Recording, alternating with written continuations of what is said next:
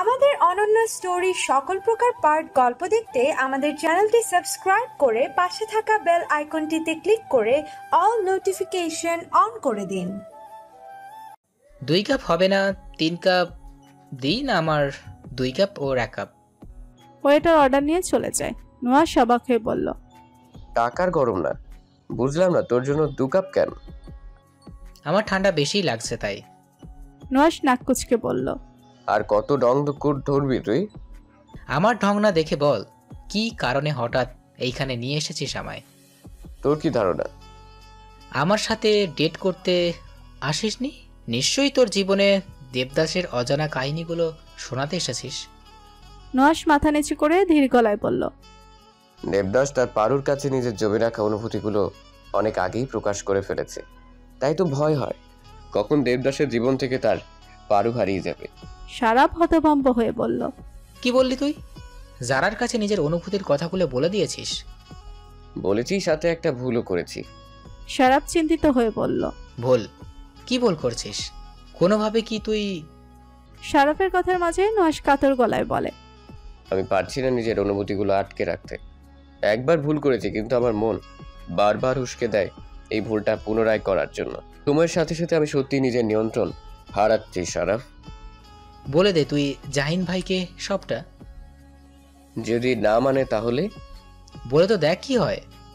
নুহাশ তাচ্ছিল্যপূর্ণ হেসে বলল, যে বাড়ির নুন খেয়েছি ছোট থেকে, সে অনাথ ছেলেটা যদি হঠাৎ করে সেই বাড়ির একমাত্র মেয়ের হাত চেয়ে বসে, তাহলে কি তারা ছেলেটার হাতে তুলে দিবে মেয়েটাকে? সারাপ কিছু বলতে নিলে থেমে যায় ওয়েটারকে আসতে দেখে। ওয়েটার কফি দিয়ে চলে যায়। সারাপ বলতে শুরু করলো, দেখ নুহাশ, ভালোবাসা এত সব চিন্তা করে হয় না। মোট কথা যারা তোকে ভালোবাসে, আর এমনও তো হতে পারে যারার মুখের দিকে তাকিয়ে সবাই মেনে নিল তোর সম্পর্কটা। নুহাশ নিঃশব্দে হেসে বলল, জানিস, এই 28 বছরের জীবনে প্রথমবার এতটা আফসোস হচ্ছে এটা ভেবে আমার নিজস্ব কোনো পরিবার নেই কেন। যদিও বা পরিবার ছিল, কিন্তু সেই পরিবারটা অনেক আগেই শেষ হয়ে গেছে। ভাই দেখ, যেই মানুষগুলো তোকে নতুন একটা জীবন দিয়েছে, সেই মানুষগুলো আর যাই হোক তোদের জীবন নষ্ট করবে না। তোকে জাহিন ভাই অনেক ভরসা করে। এমনও তো হতে পারে ভরসার জেরে ধরে যারাকে তোর হাতে তুলে দিল। ভরসা? জাহিন ভাই আমাকে ভরসা করে দেখেই তো আমি চাইছি না ভাইয়ের ভরসাটা এভাবে ভেঙে দিতে। সারাপ কপট রাগে বলল, জাহিন ভাইয়ের ভরসা ভাঙতে পারবি না, আবার যারার প্রতি ভালোবাসাগুলো বিসর্জনও দিতে পারবি না। তাহলে কোন পথে যাবি তুই? সব পথের দরজাই আমার জন্য বন্ধ। তাহলে একটা কাজ কর, গোপনে তোরা বিয়ে করে নে, আমি সব ব্যবস্থা করব। সারাপের মুখে এমন আশ্চর্যজনক কথা শুনে নুহাশ ভড়কালো, অবিশ্বাস্য গলায় বলল, কি বলছিস তুই এইসব? মাথা ঠিক আছে তোর? মাথা ঠিক আছে বলেই বলছি, যারাকে বিয়ে করে নে গোপনে, পরেরটা পরে দেখা যাবে। বিয়ে নামক পবিত্র বন্ধনের মাধ্যমে নিজের প্রিয় মানুষটাকে শক্ত করে বেঁধে নে নিজের বাহু ডোরে। পরে যদি এই বিষয়টা জানাজানি হয় তাহলে হয়তো সকলে রাগারাগি করবে, কিন্তু পরে সময়ের স্রোতের সাথে সাথে সবটা মেনেও নিবে। তোর মাথা খারাপ হয়ে গেছে সারাপ, তাই উল্টাপাল্টা বকছিস।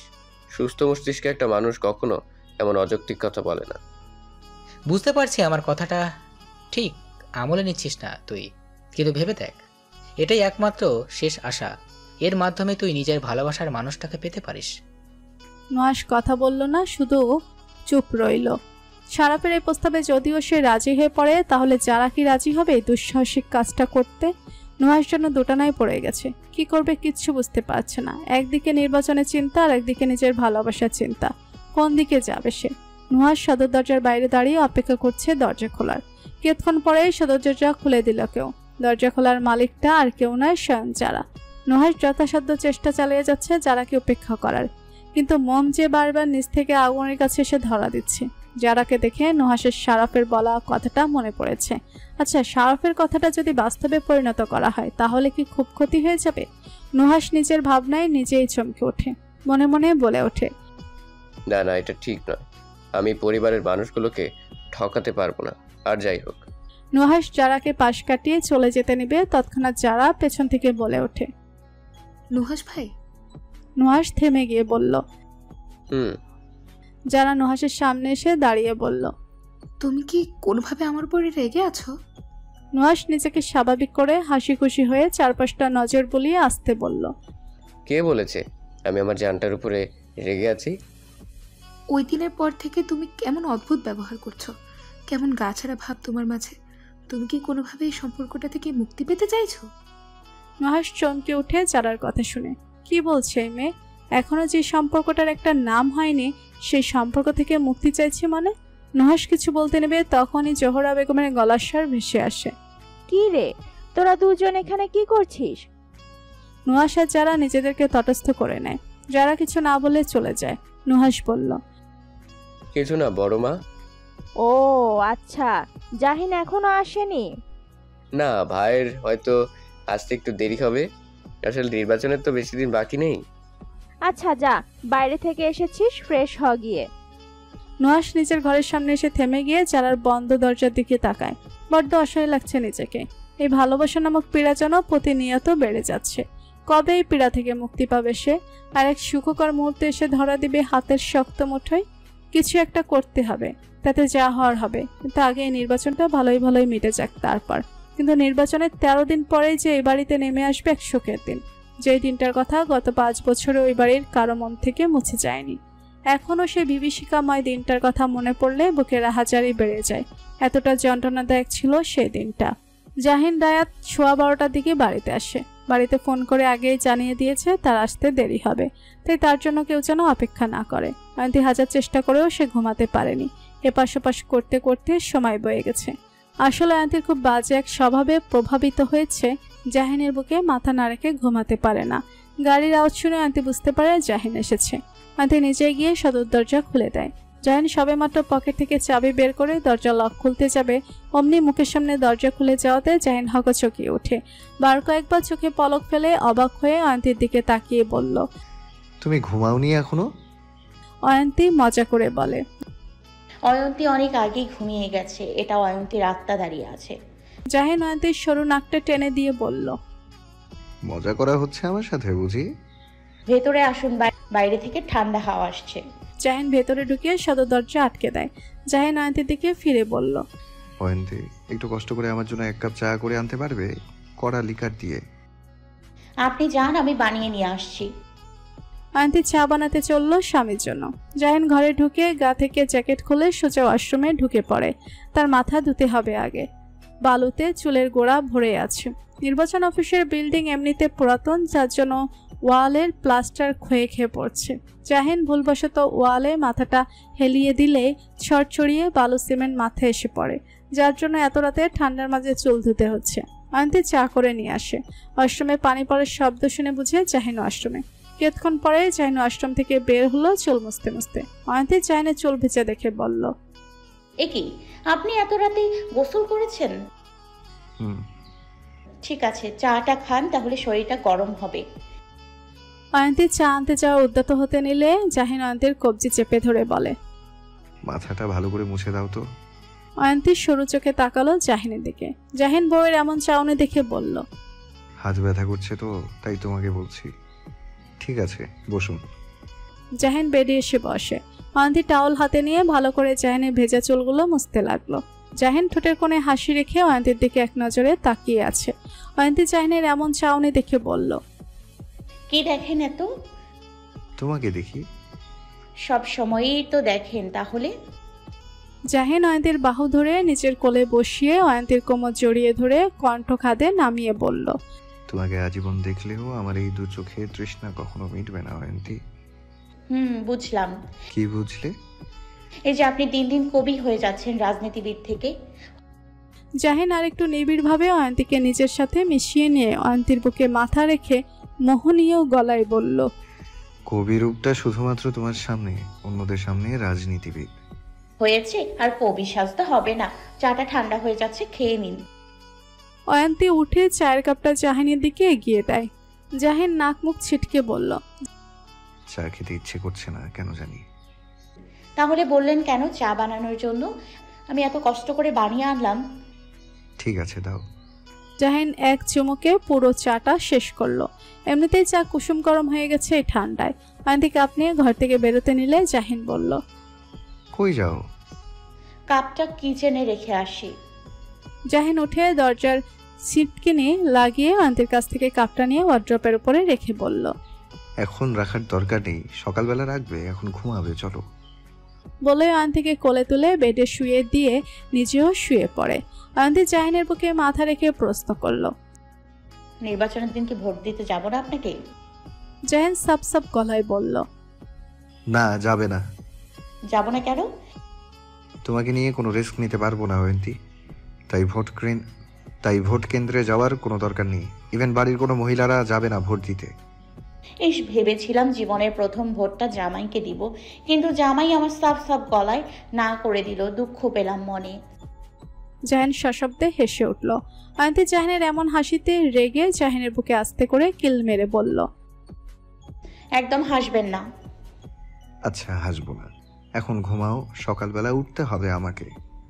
জাহিন ক্লান্ত হওয়াতে আগেই ঘুমিয়ে পড়েছে, কিন্তু সমস্যা হচ্ছে অয়ন্তী ঘুম আসছে তার দু চোখে। কেমন যেন অস্থির অস্থির লাগছে। একবার জাহিনের বুকে তো আরেকটা বালিশে মাথা রেখে ঘুমানোর চেষ্টা করে, কিন্তু ঘুম আসছে না তার দু চোখে। কিন্তু তারপরে চোখ বন্ধ করে শুয়ে রইল। কখন যে দু চোখে ঘুম এসে হানা দিয়েছে অয়ন্তীর জানা নেই। নির্বাচনের প্রচারণার শেষ দিন আজ, আর একদিন পরেই পৌরসভা নির্বাচন। মেয়র পদে নির্বাচিত সকল প্রার্থীবৃন্দরা ব্যস্ত সময় পার করছেন। শেষ মুহূর্তে জনগণের দোরগোড়ায় ভোট চাইতে উপস্থিত হচ্ছেন সকলে। জাহিনও তার ব্যতিক্রম নয়, সেও বেরিয়েছে নিজের দলবল নিয়ে জনগণের কাছে ভোট চাইতে। দলের কর্মীরা ছাড়াও সাধারণ জনগণও রয়েছেন, যারা দলের কর্মীদের উচ্চস্বরের বলা তাদের নেতার জয়গণের সাথে তালে তাল মিলিয়ে যাচ্ছে। রাস্তার মানুষরা সকলে চেয়েছে সেই দৃশ্য দেখছে। ছোট ছোট বাচ্চারাও সামিল হয়েছে এই মিছিলে। মিছিলের সামনে মধ্যমণি হিসাবে আছে শুভ্র রঙের পাঞ্জাবি পরিহিত সুঠাম দেহের এক যুবক পুরুষ, যে সকলের সাথে হেসে হেসে কুশল বিনিময় করছে। পরিচিত আত্মীয়রা এসে তার প্রশস্ত বুক ছুঁয়ে যাচ্ছে, হাতে হাত রেখে বিভিন্ন কথা বলছে। ঠিক সেই মুহূর্তে পেছন থেকে শোনা গেল অন্য এক প্রার্থীর জয়গানের প্রতিধ্বনি। সে আর কেউ না, খলিল তালুকদার। খলিল তালুকদারের জয়গানের প্রতিধ্বনি শুনে জাহিনের ঠোঁটের কোণে ফুটে ওঠে বাঁকা হাসি। খলিল তালুকদার তার দলবল নিয়ে জাহিনের পাশ কেটে চলে যেতে নিলে জাহিন গম্ভীর কণ্ঠে চেঁচিয়ে বলে, আসসালামু আলাইকুম মেয়র সাহেব।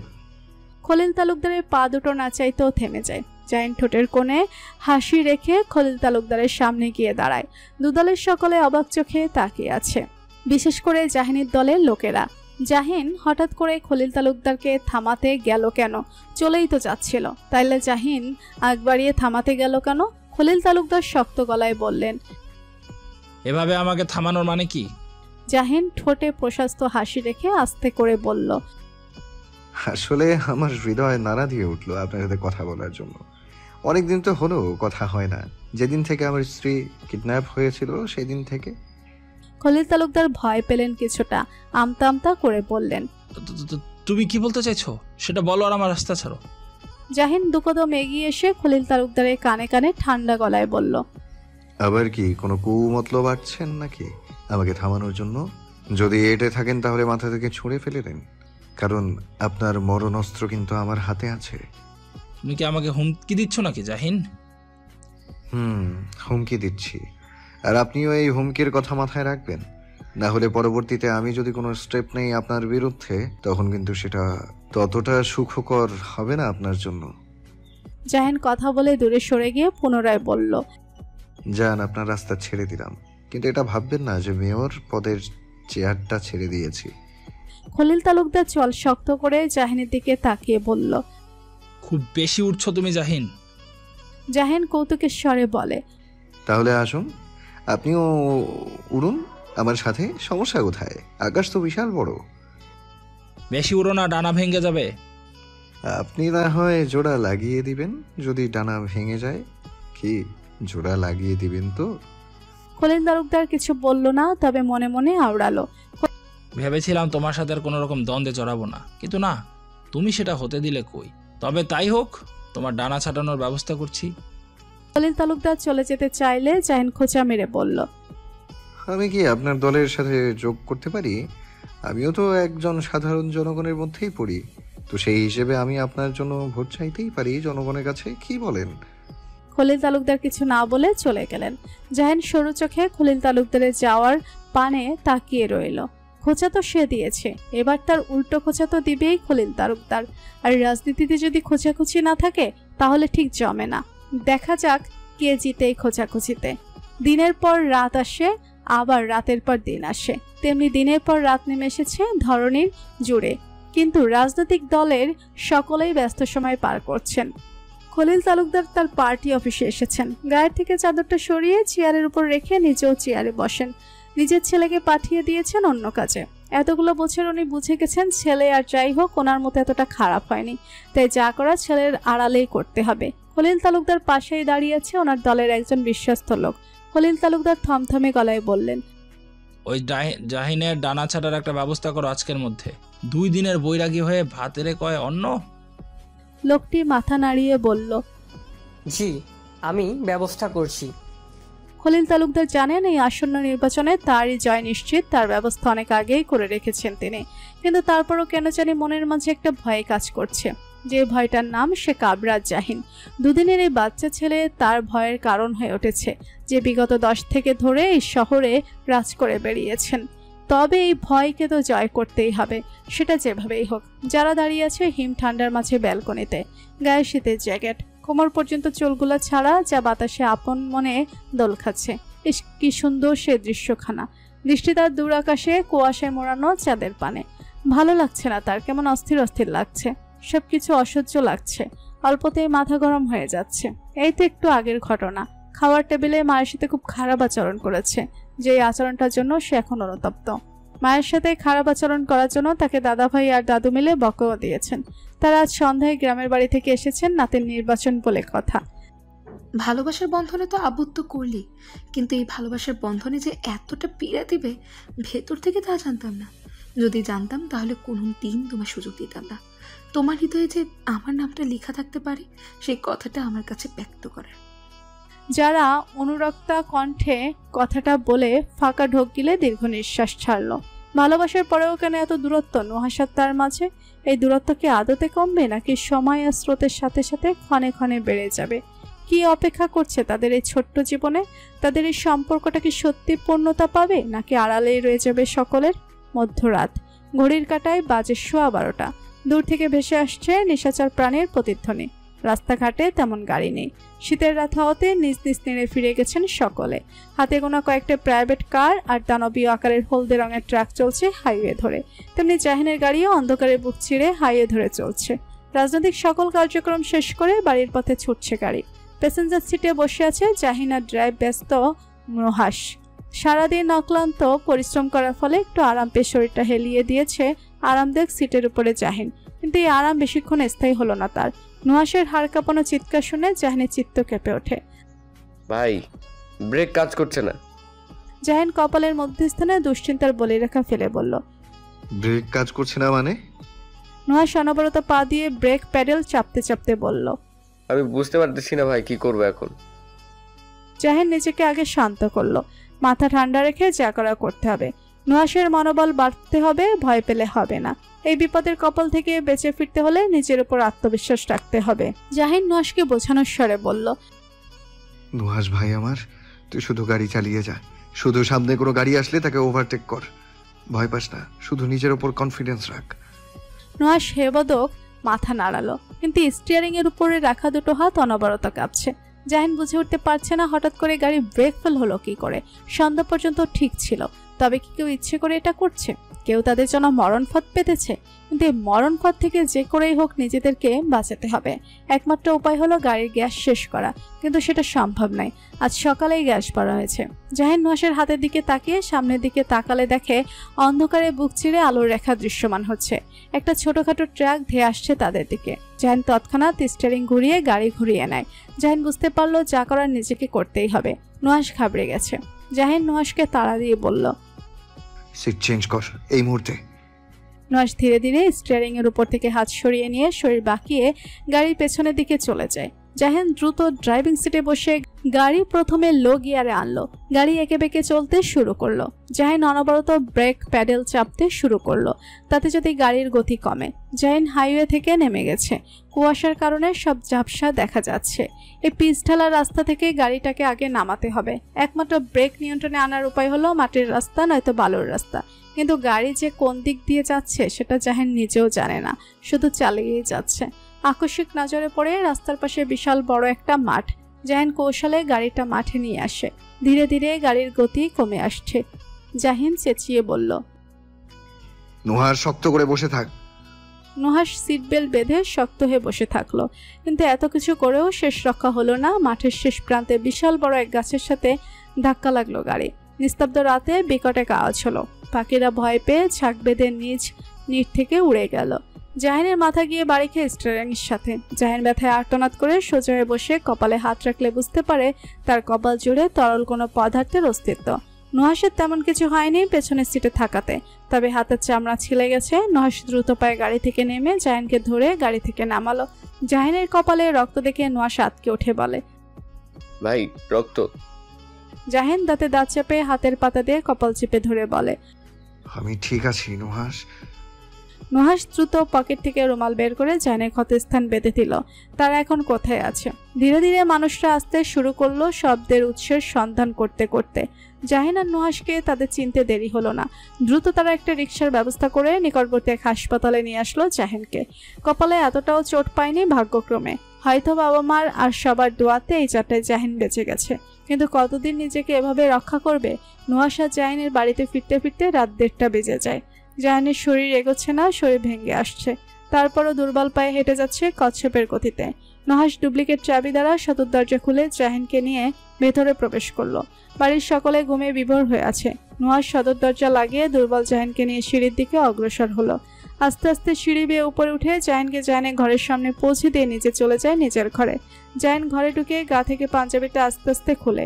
মাথায় এত পরিমাণ অসহনীয় যন্ত্রণা হচ্ছে যা বলার বাহিরে। মন চাইছে শরীর থেকে মাথাটা আলাদা করে ফেলতে। Dream light off. আজকে বাইরের আলো এসে রুম মৃদু আলোকিত হয়ে আছে। জাহিন ধীর পায়ে হেঁটে অয়ন্তীর পাশে গিয়ে শুয়ে পড়ে। মেয়েটা আজ ঘুমে বিভোর হয়ে আছে। ভালোই হয়েছে, যদি জেগে থাকতো তাহলে তার এই অবস্থা দেখে এমএ নিশ্চিত মরা কান্না শুরু করে দিত এই মাঝরাতে। জাহিন অয়ন্তীকে টেনে এনে নিজের বুকের সাথে শক্ত করে জড়িয়ে ধরে। এবার যেন একটু শান্তি লাগছে। আকস্মিক ঠান্ডা বরফের মতো কিছু একটা শক্ত করে জড়িয়ে ধরলে অয়ন্তী ঘুমের মাঝেই হকচকিয়ে ওঠে। কিন্তু পর মুহূর্তে পরিচিত গায়ের ঘ্রাণ আর পরিচিত স্পর্শ পেয়ে বুঝতে পারে মানুষটি তার স্বামী। অয়ন্তী জড়ানো কণ্ঠে বলে ওঠে, কখন আসলেন? অয়ন্তীর এই জড়ানো কণ্ঠ, গায়ের এই উষ্ণতা জাহিনের শীতল গায়ে লাগতেই বেসামাল হয়ে উঠল তার পুরুষত্ব। হালাল স্ত্রীকে কাছে পাওয়ার আকাঙ্ক্ষা তরতর করে জেগে উঠছে চিত্ত জোড়ে। জাহিন যথেষ্ট ধৈর্যশীল একজন পুরুষ মানুষ, কিন্তু আজ যেন নিজের ধৈর্যের সাথে লড়াইকে রয়ে কোলাতে পারছে না। প্রিয় নারীটির গভীর পরশ পেতে শরীর মন দুটো চঞ্চল হয়ে উঠছে। জাহিন শত চেষ্টা করেও নিজেকে নিয়ন্ত্রণ করতে পারল না। শেষমেশ নিজের বুক থেকে অয়ন্তীকে সরিয়ে শুয়ে দিয়ে অয়ন্তীর গলার ভাঁজে মুখ ডুবিয়ে দেয়। জাহিনের বরফের ন্যায় শীতল পরশ পেয়ে কেঁপে উঠে জাহিনকে শক্ত হাতে জড়িয়ে ধরে। অয়ন্তীর এক হাত জাহিনের পিঠে আর এক হাত জাহিনের ঘাড়ে। ধীরে ধীরে দুজনের শ্বাস প্রশ্বাসের শব্দে পুরো ঘর আন্দোলিত হলো। জাহিন স্ত্রীর সান্নিধ্যে এসে যেন নিজের দেহের যন্ত্রণাগুলো প্রায় ভুলতে বসেছে। হারিয়ে যাচ্ছে এক ভালোবাসার সুখের রাজ্যে। জাহিনের আজকের ভালোবাসাগুলো যেন অন্যরকম লাগছে অয়ন্তীর কাছে। কি হয়েছে মানুষটার?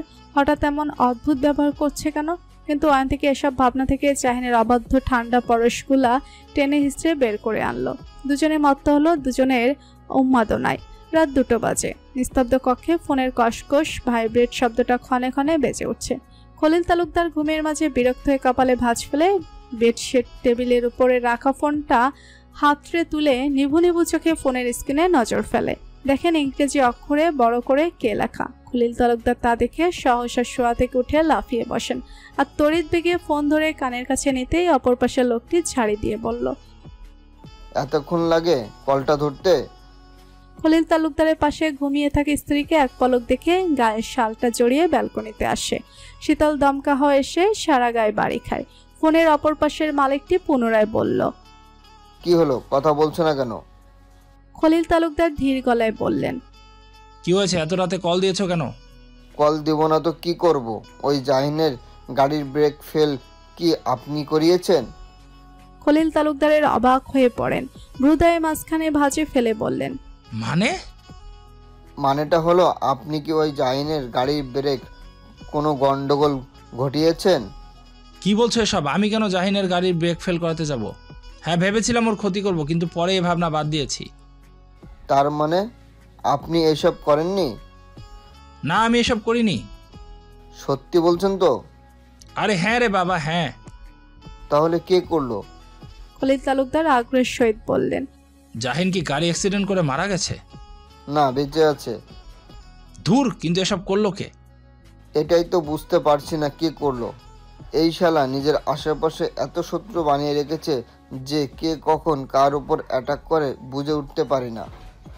খলিল তালুকদার সন্ধিয়ান গলায় বলল। ওই ত্রিনবের হাত নেই তো এতে? জানি না, তবে খোঁজ চলছে কে এমনটা করেছে জানার জন্য। ঠিক আছে, তাহলে কে এই কাজটা করেছে আমাকে কিন্তু জানাবে। খলিল তালুকদার ফোন কেটে দেন। নিজেরই এখন চিন্তা লাগছে এটা ভেবে, এই ছেলেটার আশেপাশে এত শত্রু কেন? নির্বাচনের দিন কি আবার জাহিনের উপরে কোনোভাবে অ্যাটাক করবে নাকি কেউ? তবে এবার আর খলিল তালুকদার কিছু করবেন না, যা করার তো করেই রেখেছেন। দুর্নীতি করে নিজের পকেটে নিজের জন্য ভোট ভরে রেখে দিয়েছেন। ফজরের আজান পড়ছে। দূর থেকে আজানের শ্রুতিমধুর ধ্বনি ভেসে আসছে। পাখিদের আনাগোনা বাড়তে শুরু করেছে। তাদের কলরব ছড়িয়ে পড়েছে চারিদিকে ধীরে ধীরে। অয়ন্তী চোখ মেলে তাকায় আজানের ধ্বনি শুনে। জাহিন যখন এসেছে তারপর থেকে তার চোখে ঘুম নেই, কিন্তু রাতের শেষ প্রহরে একটু চোখ লেগে গিয়েছিল। অয়ন্তীর চোখে ঘুম না আসার কারণ একটাই, জাহিনের মাথার ব্যান্ডেজ। রাতে দুজনের মধ্যে স্বামী স্ত্রীর সম্পর্ক গড়ে ওঠার আগেই জাহিন ক্লান্ত হয়ে অয়ন্তীর বুকে মাথা রেখেই ঘুমিয়ে পড়ে। তখন অয়ন্তী জাহিনের মাথায় হাত বোলাতে নিলে হাতে জাহিনের মাথার ব্যান্ডেজ বাড়ি খায়। তারপর থেকেই শুরু হয় অয়ন্তীর নানান জল্পনা কল্পনা জাহিনের মাথার ব্যান্ডেজ নিয়ে। যদিও জানে জাহিন তাকে এই বিষয়ে একটা শব্দও বলবে না, কিন্তু তার তো স্ত্রী হিসেবে অধিকার আছে সবটা জানার। অয়ন্তী চোখ নামিয়ে ঘুমাতে জাহিনের মুখশ্রীর দিকে তাকালো। ভোরের মৃদু আলোতে জাহিনকে দেখা যাচ্ছে। পরম শান্তিতে ঘুমাচ্ছে মানুষটা। কপালে ব্যান্ডেজের একটা জায়গা অল্প লাল হয়ে আছে, বোঝা যাচ্ছে এই জায়গাটা হয়তো কেটেছে। অয়ন্তী হাত বাড়িয়ে ক্ষত স্থানটা ছুঁয়ে দিল। জাহিন ভুরুকুচকে নিয়ে নিজেকে আরেকটু গুটিয়ে নিয়ে অয়ন্তীকে শক্ত করে জড়িয়ে ধরে। কিছুক্ষণ পরেই জাহিন চোখ মেলে তাকায়। চোখ মেলে তাকাতে অয়ন্তীর চোখের সাথে চোখ মিলিত হয়। অয়ন্তীর চোখে চাউনি অন্যরকম। হাজারটা প্রশ্ন ঘুরপাক খাচ্ছে এই চাউনিতে। জাহিন সেটা টের বুঝতে পারছে। জাহিন ঢোক গেলে দীর্ঘশ্বাস ফেলে ভাঙ্গা গলায় প্রশ্ন করলো, কি হয়েছে? অয়ন্তী দৃঢ় কণ্ঠে বলল, মাথায় ব্যথা পেয়েছেন কি করে? জাহিন কিছুক্ষণ নীরব থেকে শোয়া থেকে উঠে বসে। উঠে বসতেই চিনচিন করে কপালের কাটা স্থানটায় ব্যথা অনুভব করলো। জাহিন বড় বড় শ্বাস ফেলে ব্যথাটা সহ্য করে নিল। অয়ন্তী জাহিনের এমন অবস্থা দেখে শোয়া থেকে উঠে ব্যতিব্যস্ত কণ্ঠে বলল, কি হয়েছে? মাথা ব্যথা করছে? ঠিক আছি আমি। অয়ন্তীর মেজাজ গরম হলো। জাহিনের মুখে এই ঠিক আছি শুনে আকস্মিক চেঁচিয়ে বলে উঠল, সব সময় ঠিক আছে বলে বেড়ান, কিন্তু আদৌ কি ঠিক আছেন কিনা তা নিয়ে সন্দেহ আছে আমার। জাহিন নির্বাক হয়ে তাকিয়ে রইল অয়ন্তীর দিকে। এই প্রথমবারের মতো স্ত্রী এমন রাগে কণ্ঠ শোনার সৌভাগ্য হলো তার। জাহিন কেমন নির্বিকার ভঙ্গিতে তাকিয়ে থাকতে দেখে অয়ন্তী পুনরায় তেতে উঠে বলল, কি হলো এমন ফ্যাল ফ্যাল নয়নে তাকিয়ে আছেন কেন? জাহিন কিছু বলতে উদ্যত হতে নেবে, তখন অয়ন্তী রুক্ষ কণ্ঠে শাসানুর স্বরে বলে ওঠে, আপনি এমন একগুঁয়ে কেন জাহিন? ওই দিন পিঠে এত বড় একটা ব্যথা পেয়েছেন যেটার ক্ষত এখনো ভালো করে নির্মূল হয়েছে কিনা সন্দেহ আছে। আর আজকে মাথা ফাটিয়ে এসেছেন, মানে নিজের ওপরে এত কেন অত্যাচার করছেন আপনি? জাহিন মুগ্ধ নয়নে রাগান্বিত স্ত্রীর দিকে তাকিয়ে আছে। রাগলে তো খুব সুন্দর লাগে এই মেয়েকে। কেমন রাগে নাক ফুলাচ্ছে। মিষ্টি কণ্ঠস্বরটা রুক্ষ হয়ে গেছে। বিশেষ করে অয়ন্তীর এমন রাগে কণ্ঠে তার জাহিন নামটা বেশ লাগলো। জাহিনকে এমন নীরব থাকতে দেখে অয়ন্তী এবার ধরা কণ্ঠে বলল, কেন আপনি এমন পাগলামো করছেন নেতামশাই? কেন নিজের দেহটার উপরে এতটা অত্যাচার করছেন? নিজের প্রতি একটু সদয় হন। যদি আপনার কিছু হয়েছে তাহলে একটিবার ভেবে দেখেছেন এই পরিবারের মানুষগুলার কি হবে? জাহিন মৃদু হেসে ভাবলেশীন গলায় উত্তর দিল, কার কি হবে জানি না, তবে তোমার অবস্থা যে শোচনীয় হবে সেটা বুঝতে পারছি। অয়ন্তী কেঁদে কুটে একাকার হয়ে বলল, আপনি মজা নিচ্ছেন না আমার সাথে? নিন, বেশি করে নিন মজা নিন। যখন আমার কিছু একটা হবে তখন বুঝবেন প্রিয় মানুষটার কিছু হলে বুকের ভেতর ঠিক কেমন লাগে। জাহিন চমকে উঠে অয়ন্তীর কথাটা শুনে। কি বলছে মেয়ে? পাগল টাগল হয়ে গেছে নাকি? তার যাই হয়ে যাক না কেন, অয়ন্তীর গায়ে একটা আঁচড়ও কাটতে দিবে না সে। আর সেই মেয়েকে না এমন অলক্ষণিক কথা বলছে, এত বড় সাহস! জাহিন রগী গলায় কিছু বলতে গিয়েও থেমে যায় স্ত্রীর এমন দিশেহারা অবস্থা দেখে। হৃদয় তোলপাড় হতে শুরু করলো। অয়ন্তী তখনও কাঁদতে ব্যস্ত। জাহিন তপ্ত নিঃশ্বাস ছেড়ে অয়ন্তীর বাহু ধরে নিজের বুকের মধ্যখানে চেপে ধরে নরম গলায় বলল, ঠিক আছে, আর কান্না করার দরকার নেই, চুপ করো। এখন থেকে নিজের ওপর সদয় হব, ঠিক আছে? সাবধানেও চলাফেরা করব। অয়ন্তীর সময় নিয়ে কান্না থামলো, কিন্তু ফুফানো কমেনি। জাহিন অয়ন্তীকে নিজ বুক থেকে সরিয়ে অয়ন্তীর চোখের কোণায় জল মুছিয়ে মজা করে বলল, যেই হারে চোখের পানি ফেলছো, আজকে একটা পুকুর বানিয়ে ফেলা যেত সেই পানি দিয়ে, আর সেই পুকুর ভর্তি পানিতে মাছ চাষ করা যেত। তারপর আমি সেই মাছ বিক্রি করে মস্ত বড় লোক হয়ে যেতাম। অয়ন্তী নাক ফুলিয়ে বলল, বেশরম পুরুষ মানুষ, কোনো লজ্জা শরমের বালাই নাই। জাহিন ফিক করে হেসে উঠে বলল, খালি দিলে নাকি তুমি আমাকে? আপনাকে বকা খাওয়ার ব্যবস্থা করছি আমি, দাঁড়ান। জাহিন ভুরু কুচকে বলল, মানে? আমি গিয়ে সবাইকে আপনার এসব কীর্তির কথা জানাবো, বাড়ির সকলে জানুক তাদের বড় ছেলে তাদের কাছ থেকে ঠিক কি কি লুকাচ্ছে। অয়ন্তী কথাটা বলে বেড থেকে নেমে দরজার দিকে এগিয়ে যায়। জাহিন তো দেখে চেঁচিয়ে বলল, আরে অয়ন্তী, দাঁড়াও। কিন্তু কে শোনে কার কথা? অয়ন্তী ধপধপ পায়ে দরজার কাছে এসে হাত বাড়িয়ে দরজার ছিটকানি খুলতে উদ্যত হতে নেবে, তখনই জাহিন অয়ন্তীকে পেছন থেকে জড়িয়ে ধরে বলল, তুমি কি পাগল হয়ে গেছো নাকি? অয়ন্তী নিজেকে জাহিনের বাহুডোর থেকে মুক্ত করার প্রয়াস চালিয়ে বলল, ছাড়ুন আমাকে। জাহিন অয়ন্তীর মাথায় ফু দিয়ে বলল, সোনা বউ আমার, গরম মাথাটা ঠান্ডা করো। কথাটা বলে জাহিন আরো কয়েকবার অয়ন্তীর মাথায় ফু দিয়ে বলল,